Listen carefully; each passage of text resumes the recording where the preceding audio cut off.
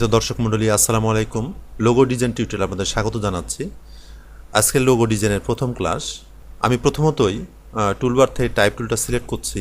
Select করার পরে আমি আর্টবোর্ডের উপরে ক্লিক করলাম। দেন আমি মাউস থেকে রাইট বাটন ক্লিক করে আমি সাইজটা একটু বড় করে নিচ্ছি যাতে আমাদের দেখতে সুবিধা হয়। আমি 36 করলাম। দেন এখানে আমি লিখছি এক্সপোজ, EXPOSE, এক্সপোজ। এটা হচ্ছে আমাদের লোগো টেক্সট। আমি সিলেকশন টুলে চলে গেলাম। দেন এটা লোয়ার কেস হয়ে আছে, আমি আপার কেস করতে যাচ্ছি। আমি টাইপ মেনুতে যাচ্ছি, এখান থেকে চেঞ্জ কেস, দেন আমি আপার কেস করে দিলাম। লোগো ডিজাইনের ক্ষেত্রে গুরুত্বপূর্ণ ভূমিকা পালন করে ফন্ট সিলেক্ট করা। কাজে আমরা এখন একটা ফন্ট সিলেক্ট করব। তো আমি যে ফন্টটা সিলেক্ট করতে চাচ্ছি সেটা হচ্ছে নেকজা রেগুলার। তো আমি এখানে লিখে দিচ্ছি NEX, সরি এখানে স্ল্যাব শরীফ সিলেক্ট করা আছে, আমি এটা অল করে দিলাম। দেন এখানে লিখলাম নেকজা রেগুলার, এটা আমরা সিলেক্ট করলাম। যখন আমরা কোনো লোগো ডিজাইন করতে যাব, প্রথমেই যে কাজটা আমরা করতে পারি, কোনো কিছু জানা না থাকলেও আমরা যে কাজটা করতে পারি সেটা হচ্ছে একটা ভালো ফন্ট সিলেক্ট করে সেই ফন্টটাই আপনি আপলোড দিয়ে দিবেন ওয়েবসাইটে বা কন্টেস্টে আপনি আপলোড দিয়ে দিবেন বা বায়ারকে আপনি দেখাবেন। তো আমি মনে করছি যে নেকজা রেগুলার এটা একটা ভালো ফন্ট। এরপরে আরও অনেক ভালো ভালো ফন্ট আছে, আপনারা সেগুলো সিলেক্ট করতে পারেন। এখান থেকে আমি গুড টাইম বা এটাও সিলেক্ট করতে পারি। দেন আমাদের যেটা পছন্দ আমরা সেটা শুধুমাত্র কোনো কিছু না করে শুধুমাত্র একটা ভালো ফন্ট সিলেক্ট করে সেটা আমরা লোগো হিসাবে সেভ করে আমরা ওয়েবসাইটে আপলোড করে দিতে পারি। তো যা হোক, আমি এটা রেখে দিচ্ছি। আমি যে গুড টাইম যে ফন্টটা নিলাম এখান থেকে আমি এখন এখানে যেটা করছি সেটা হলো আমি এটা সিলেক্ট রাখা অবস্থায় আমি এখান থেকে ক্যারেক্টারে যাচ্ছি। ক্যারেক্টার থেকে এখানে ট্র্যাকিং যে অপশনটা আছে এখানে আমি 500 লিখে দিচ্ছি। আসলে আমি যেটা চাচ্ছিলাম সেটা হলো লেখাগুলোর মধ্যে একটু গ্যাপ তৈরি করা। তো 500তে আমার মনে হচ্ছে কম হচ্ছে, আমি আরও বেশি বাড়াতে চাচ্ছি। কাজে এখানে আমি এটা ড্রাগ করে আবার এখানে আমি 700 লিখে দিলাম, তাতে এমন হবে। তাহলে আমাদের প্রথম যে ডিজাইনটা হলো লোগো ডিজাইন, এবং সেটা হচ্ছে ওয়ার্ডমার্ক লোগো, সেটা আমরা এভাবেও অ্যাপ্লাই করতে পারি। আমি এটা ক্রিয়েট আউটলাইন করে দিলাম। আবার আমরা এভাবেও অ্যাপ্লাই করতে পারি, সেফ এভাবে আমরা অ্যাপ্লাই করতে পারি, আবার এভাবেও করতে পারি। আবার ঠিক এভাবে নিয়ে এসে এটা আমি একটা কপি করলাম। আমরা হালকা যদি কাজ করতে চাই সে কাজগুলো আমরা করতে পারি। যেমন আমি ইয়ের এই অংশটা দেখেন, এখানে এই ফন্টটা ইয়ের এখানে ছোট আছে, আমি এটা এখানে লাগাই দিলাম। দেন দুটা সিলেক্ট করে আমরা এখানে পাথফাইন্ডার আমার নাই, আমি উইন্ডোজ যাচ্ছি, উইন্ডোজ থেকে পাথফাইন্ডারটা আমি নিয়ে আসলাম এবং এখানে এটা রেখে দিলাম। দেন এখানে ক্লিক করে প্রথমে যে শেপ মোডের প্রথমে যেটা আছে ইউনাইট, আমরা এখানে ক্লিক করলাম। দেন এটা যোগ হয়ে গেল। এরপর আমি যেটা করতে চাচ্ছি সেটা হচ্ছে এখান থেকে এই পাথে আমি ক্লিক করলাম। পাথে ক্লিক করার পরে শিফট চেপে ধরে আমি এটা বাম দিকে এভাবে সরাই নিয়ে আসলাম। এখানে গ্যাপ তৈরি হলো। এখন আমরা পাথফাইন্ডার অপশনে যাব, দেন ডিভাইড করে দেব। যেহেতু আমি ডাইরেক্ট সিলেকশন টুলে আছি সেজন্য আমার আনগ্রুপ করা দরকার নাই। তবে এক্ষেত্রে যদি আপনারা সিলেকশন টুলে থাকেন তাহলে অবশ্যই আনগ্রুপ করা লাগবে।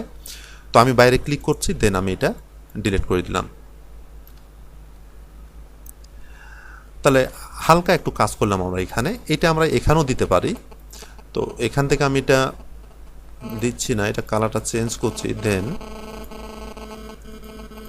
চেঞ্জ করার পরে আসলে চাচ্ছি আমি এখান থেকে এটা কপি করে নিতে যাচ্ছি। আমি এখান থেকে এটা কপি করছি।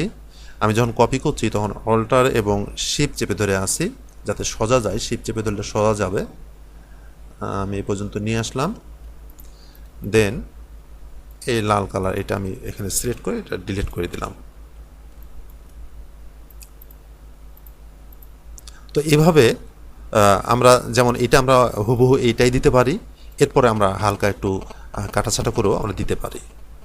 আবার অনেক সময় ফন্টের গুণেও ডিজাইন ভিন্ন ভিন্ন হয়। আমি এই দুটা সিলেক্ট করছি। আমি ডাইরেক্ট সিলেকশন টুল দিয়ে এটা সিলেক্ট করলাম এবং শিফট চেপে ধরে এটা সিলেক্ট করলাম। দুইটা সিলেক্ট করার পরে আমরা এখানে একটা ভিন্ন কালার দিয়ে দিতে পারি। আর এগুলোতে আমরা যে কালার অ্যাপ্লাই করতে চাই সেটাও আমরা কালার অ্যাপ্লাই করতে পারি। আমি ডাইরেক্ট সিলেকশন টুল দিয়ে সবগুলো সিলেক্ট করলাম। দেন আমি এখান থেকে একটা কালার দিয়ে দিচ্ছি, গ্রে কালার, কিংবা আমি কালারটা এখানে নিয়ে যাচ্ছি। দেন এটা কিছুটা আমি ডার্ক করে দেব। আমি ব্লু কালার দিলাম, ঠিক এই। আবার এই ফন্টটা যদি অন্য ধরনের হয় তাহলে আবার আরেক ধরনের ডিজাইন হতে পারে। আমি আমার কাজের সুবিধার্থে একটা টেক্সট আমি রেখে দিচ্ছি এখানে। আর আমাদের ডিজাইন হচ্ছে এগুলো, যে আমরা কত ধরনের ডিজাইন করতে পারি এটা আজকে এক্সপেরিমেন্ট হবে আর কি। আমি এখানে যে ফন্টটা এখন দিচ্ছি সেটার নাম হচ্ছে ইথনোসেন্ট্রিক। আমি এখানে ক্লিক করার পরে ইথনোসেন্ট্রিক লিখে দেবো, ETH লিখতে দেখেন ইথনোসেন্ট্রিক চলে আসছে। আমরা এটা সিলেক্ট করলাম।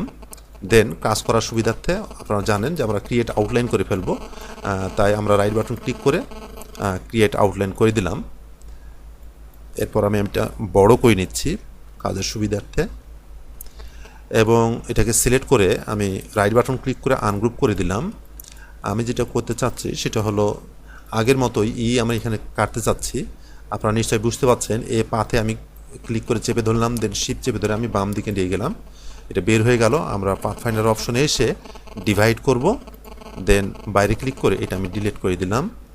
এখন আমি যেটা চাচ্ছি যে এক্স যেটা ব্যবহার হয়েছে এখানে, এটা আমি দিতে চাচ্ছি না। আমি আমার মতো করে একটা এক্স তৈরি করতে চাচ্ছি। এজন্য আমি টুলবার থেকে রেক্ট্যাঙ্গেল টুলটা সিলেক্ট করলাম, দেন এই মাপে আমি নিব বাহুটা, এই নিলাম। দেন আমি ডাইরেক্ট সিলেকশন টুলে গেলাম এবং এটা আমি টেনে এই পর্যন্ত নিয়ে আসলাম, এবং এটা এত বড় করতে যাচ্ছি না, আমি একটু ছোটো করে যাচ্ছি। আমি অ্যারো দিয়ে লেফট অ্যারো দিয়ে আমি একটু এদিকে নিয়ে আসছি। দেন এটা আমাদের দরকার নাই, এটা আমি ডিলিট করে দিলাম। এবং এটা সিলেক্ট করে আমি রাইট বাটন ক্লিক করছি এবং ট্রান্সফর্ম থেকে রিফ্লেক্টে যাচ্ছি। এখানে ভার্টিক্যাল সিলেক্ট থাকবে, দেন আমি কপিতে ক্লিক করলাম, তাহলে এই হলো।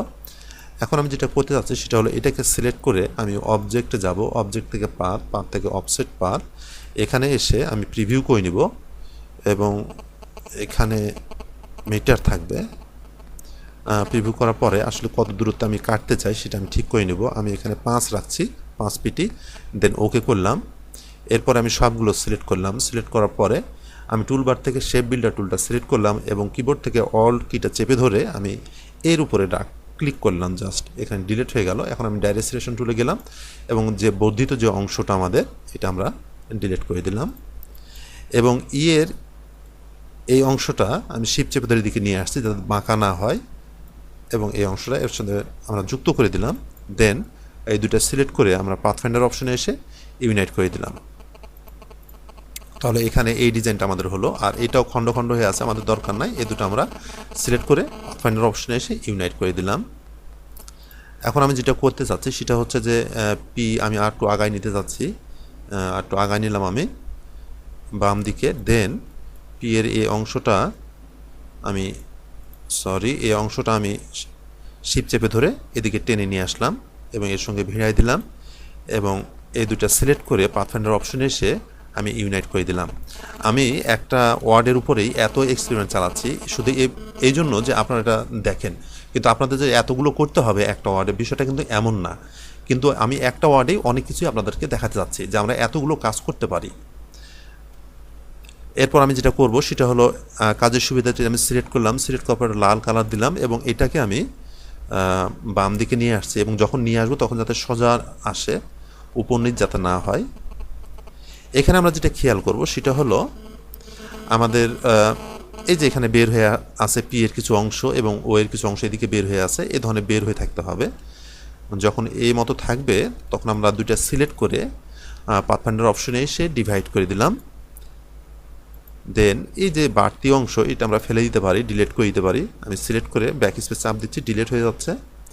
আপনারা যদি ডাইরেক্ট সিলেকশন টুল দিয়ে কিছু অংশ সিলেক্ট করেন তাহলে অবশ্যই 2বার ব্যাক স্পেস চাপ দিবেন, নাহলে ডিলিট হবে না। এইভাবে এরপরে আমি এটা সিলেক্ট করছি, সিলেক্ট করার পরে আমি অবজেক্টে যাচ্ছি, অবজেক্ট থেকে পাথ থেকে অফসেট পাথ। যেহেতু এখানে আমি গ্যাপ তৈরি করেছি 5 পিটি, কাজে এখানে যতগুলো গ্যাপ আমি তৈরি করব 5 পিটি গ্যাপ তৈরি করব। আমি এখানে প্রিভিউ না করলেও হতো, আমি ওকে করে দিতে পারতাম। দেন এটা কাজের সুবিধার্থে বা বোঝার জন্য আমরা ভিন্ন কালার দিতে পারি। সবগুলো সিলেক্ট করলাম। সিলেক্ট করার পরে আমি টুলবার থেকে শেপ বিল্ডার টুলটা নিলাম, দেন কিবোর্ড থেকে অল্ট চেপে ধরে আমি এখানে ক্লিক করলাম এবং এখানে ক্লিক করলাম। এরপর আমি ডাইরেক্ট সিলেকশন টুল আবার চলে গেলাম, বাইরে ক্লিক করে আমি এই অংশগুলো ডিলিট করে দেব। দেন আমি সবগুলো সিলেক্ট করে এখানে যখন আমরা ডিভাইড করেছি আপনারা জানেন ঘিরা কোনো শেপ ডিভাইড করলে সেখানে একটা ময়লা তৈরি হয়, দেখেন এই যে ঠিক এইখানে আমরা এটা খুব সহজে দূর করতে পারি। এখানে একটা কালার দিয়ে দিলাম, দেখেন আমরা এটা ডিলিট করে দেব। দেন আমরা সবগুলো সিলেক্ট করে ইউনাইট করে দিলাম। এরপরে দেখেন এখানে কিছু কোণ হয়ে আছে, আপনারা চাইলে এই কোণের উপর ক্লিক করে এটা রাউন্ডেড করে দিতে পারেন এইভাবে। যদি চান যে এত কর্নার দেখবেন না তাহলে এতটুকু রাউন্ডেড করতে পারেন। আর এখানে দেখেন একটু সমস্যা মনে হচ্ছে, এগুলো আপনারা ডিলিট করে দিবেন। আমি সিলেক্ট করছি, ডাইরেক্ট সিলেকশন দিয়ে সিলেক্ট করার পরে বরঞ্চ এটা আমরা ইউনাইট করে দিব। সিলেক্ট করার পরে আমরা পাথফাইন্ডার অপশন এসে ইউনাইট করে দিলাম। আর এখানে এটা আমি ডিলিট করে দিচ্ছি, এখন ঠিক আছে। এরপর আমাদের যা করণীয় সেটা হচ্ছে আমরা এস এবং ই এই দুটো আমরা বাম দিকে নিয়ে চলে আসছি, ঠিক এই পরিমাণ রাখলাম। এরপরে এসের এই নিচের বাহুটা আমি ডাইরেক্ট সিলেকশন টুল দিয়ে এটা বাড়াই নিচ্ছি।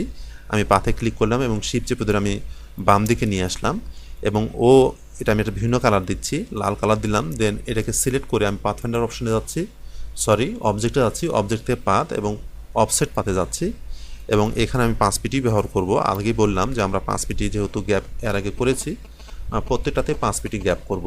আমি শেপ বিল্ডার টুলটা সিলেক্ট করলাম, দেন কিবোর্ড থেকে অল্ট চেপে ধরে এখানে ক্লিক করছি। এটা গ্যাপ তৈরি হয়ে গেল, আমি এটা ডিলিট করে দিলাম।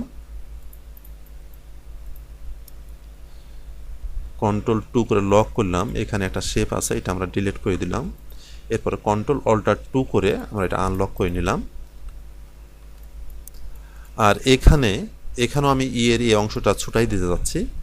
এটা আমি এখানে ক্লিক করে শিফট চেপে ধরে বাম দিকে নিয়ে আসলাম, ডিভাইড করলাম এবং এটা ডিলিট করে দিলাম এবং এসের এই বাহুটা আমি এর এই বাহুর সঙ্গে মিশাই দিলাম। দেন দুটো সিলেক্ট করে আমি পাথফাইন্ডার অপশনে এসে ইউনাইট করে দিলাম।